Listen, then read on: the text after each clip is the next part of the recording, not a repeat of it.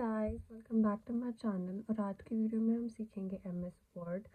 बिल्कुल स्टार्टिंग से मैं आपको अच्छे से समझाऊंगी कि आपको सारा समझ आ जाएगा। ठीक है जी। तो फर्स्ट थिंग इज़ कि हमें एमएस वर्ड को स्टार्ट कैसे करना है। इसके लिए आपके पास दो तरीके हैं। फर्स्ट थिंग इज़ कि आप सिंपली यहाँ पे जाके सर्च कर सकते हो वर्ड, तो वो आपके पास यहाँ पर आ जाएगा, आप उसको ओपन कर सकते हो। ठीक है, इसकी आपको यहाँ पे विंडो पर जाके आर को क्लिक करना है। प्लस आर एक शॉर्टकट की है सर्च पैनल को ओपन करने के लिए। ठीक है जी। उसके बाद आपके पास यहाँ पर सिंपली एक बॉक्स आ जाएगा, इसमें आपको विन वर्ड लिखना है। विन वर्ड क्या है? वर्ड को ओपन करने के लिए एक रनिंग कमांड है। वर्ड के आगे हमें विन लगाना पड़ेगा अगर हमें इस वे से ओपन करना है तो। विन वर्ड लिखकर एंटर प्रेस कर दीजिए, आपका वर्ड ओपन हो जाएगा। हमारा वर्ड ओपन हुआ। आज मैं आपको सिखाऊंगी यहाँ होम टैब के बारे में। मैं आपको सिखाऊंगी होम टैब को यहाँ तक।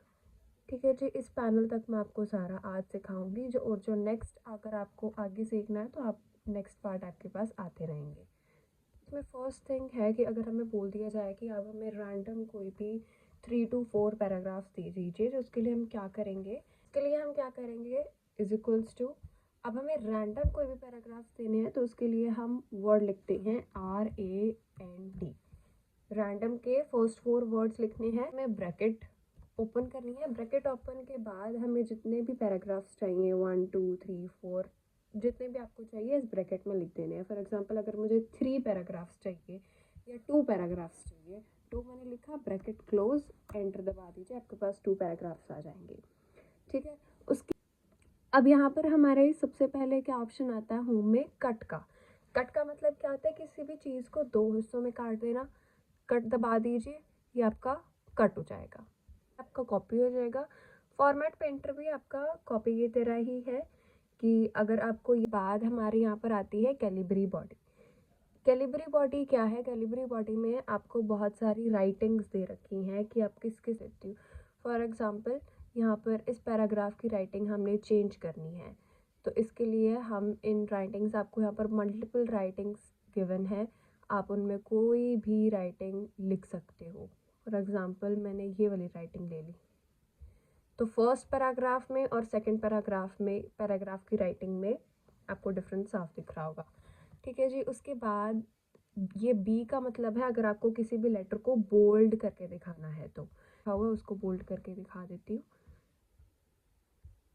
ये देखो, ये बोल्ड हो गया। अब प्रोफेशनली थोड़ा बोल्ड रख रहा है। अगर आपको बोल्ड नहीं करना तो अगेन सिलेक्ट करके जिस भी वर्ड को आपको अनबोल्ड करना है उसको बोल्ड को दोबारा दबा दो, वो बोल्ड से हट जाएगा। उसके बाद अगर हमें इसी फर्स्ट पैराग्राफ को थोड़ा सा स्लैंट करना है, थोड़ा सा टेढ़ा करना है, तो ये आई दिख रहा है, इसको क्लिक करोगे वो स्लैंट हो जाएगा। अगर नहीं चाहिए तो उसी को दोबारा क्लिक कर दो। अगर हमें किसी वर्ड को या पूरे पैराग्राफ को अंडरलाइन करना है, कि इनके नीचे अंडरलाइन दिख रही है, ये यू का मतलब अंडरलाइन ही है, आप इसको दबा दोगे। पहले आपको सिलेक्ट करना पड़ेगा, फर्स्ट इंपॉर्टेंट थिंग इज। ठीक है। उसके बाद आप सिलेक्ट करोगे, जो जो करोगे वो होता जाएगा। उसके बाद अब इसमें तो कोई स्पेलिंग मिस्टेक है नहीं, मैं वैसे डाल देती हूँ, जैसे वीडियो का मैंने आई हटा दिया।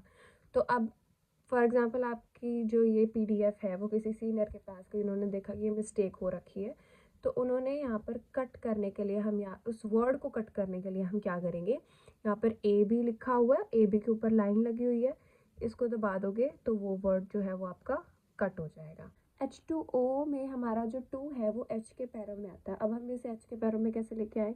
फर्स्ट ऑफ ऑल आपको ये जो 2 है उसको सिलेक्ट करना पड़ेगा। उसके बाद यहाँ पर आपको ये दिख रहा है X के पैरों में 2, इसको हम कहते हैं सबस्क्रिप्ट। सबस्क्रिप्ट का मतलब क्या होता है? अगर आपको किसी भी वर्ड को या लेटर को किसी भी वर्ड लेटर के पैरों में लेकर आना हो तो उसे हम सबस्क्रिप्ट बोल देते हैं। इसको क्लिक करोगे तो आपका जो 2 है वो नीचे जाए। अगर कोई वर्ड पैरों में आ रहा है, नीचे आ रहा है, दैट इज सबस्क्रिप्ट। और अगर कोई वर्ड या लेटर ऊपर जा रहा है तो वो होता है सुपरस्क्रिप्ट। ठीक है। अब यहाँ पर TH जब हम लिखते हैं तो वो हम ऊपर लिखते हैं, डेट में हो या फिर किसी का स्टैंडर्ड बता रहे हो तो वो TH जो है वो ऊपर आता है। तो उसी के साथ में ही ये रहा सुपरस्क्रिप्ट। X के ऊपर 2 लिखा हुआ, उसको दबा दो, TH ऊपर चला जाएगा। ठीक है। मैं नए पैराग्राफ्स ले रही हूँ रैंडम। मान लो मुझे एक ही चाहिए पैराग्राफ, तो मैंने 1 क्लिक किया तो वो एक ही पैराग्राफ आ जाएगा आपके पास। ठीक है, अब इसका साइज़ जो है वो बहुत छोटा लग रहा है, मुझे इसका साइज़ इंक्रीज़ करना है। पहले आप सिलेक्ट, या तो माउस की हेल्प से इसको आप सिलेक्ट कर लोगे, अगर नहीं तो सिलेक्ट करने के लिए एक शॉर्टकट की है Ctrl+A। Ctrl+A को दबाओगे तो ऑटोमेटिकली आपकी शीट के ऊपर जितना भी आपने डेटा लिख रखा है वो सारा सिलेक्ट हो जाएगा।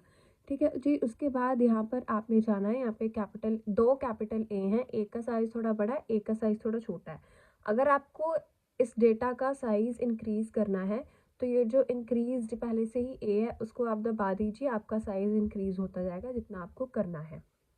ठीक है, अगर आपको साइज़ डिक्रीज़ करना है तो उसके साथ ही ये ए है, इसको आप दबा दीजिए, साइज़ छोटा होता रहेगा जितना भी आपको चाहिए।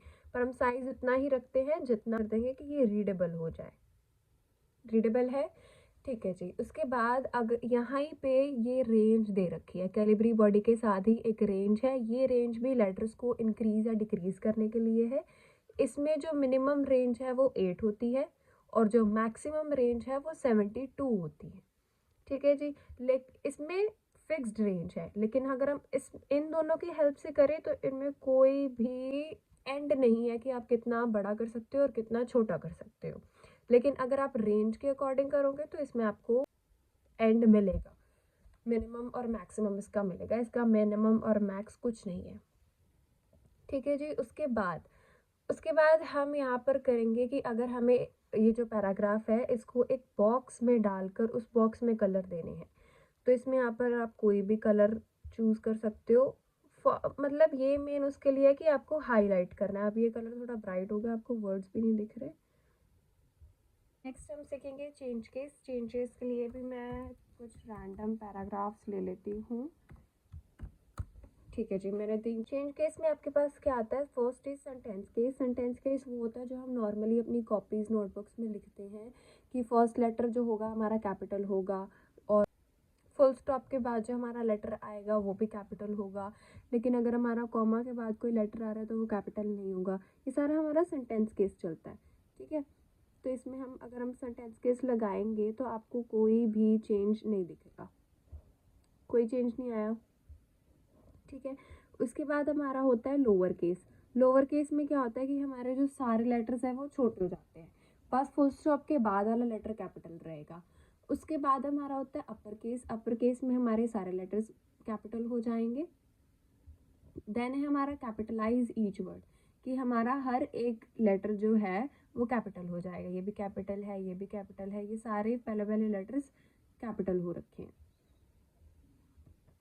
उसके बाद हम सिलेक्ट करेंगे एंड देन उसके बाद हमारा आता है टोगल केस। टोगल केस आप अब नॉर्मल कह सकते हो कि ऐसा कुछ होता नहीं है कि फर्स्ट लेटर जो है वो स्मॉल होगा और बाकी सारे कैपिटल होंगे, हमने कहीं नहीं देखा, तो ये कहीं यूज़ भी नहीं आता। सेकंड पैराग्राफ का कलर वाइट है, फर्स्ट वाले का पैराग्राफ का कलर थोड़ा ब्लूइश, लाइट ब्लूइश में आ रखा है। ठीक है जी, अगर आपको आपने अपनी शीट पर कुछ भी प्रोग्राम्स किए और उसमें आपने कलर्स कर रखे हैं, शेप्स बना रखी हैं, आपको सब हटाना है। सब हटाने के लिए ये टूल है, इसे हम बोलते हैं clear formatting. Clear formatting tool, आप इसको दबाओगे तो सब पहले जैसा हो जाएगा। आपने जो कलर दे रखा होगा वो सब चेंज हो जाएगा। लेकिन अगर आपने कोई केस चेंज कर रखा है, इसमें हमने टॉगल केस लगा रखा है, वो चेंज नहीं होगा। इसके ऊपर आपने जो कलर्स, जो पेंसिल से लिखा होगा वो सब चेंज हो जाएगा। आगे का जो है वो आपको मैं नेक्स्ट पार्ट में सिखाऊंगी। Till then bye bye.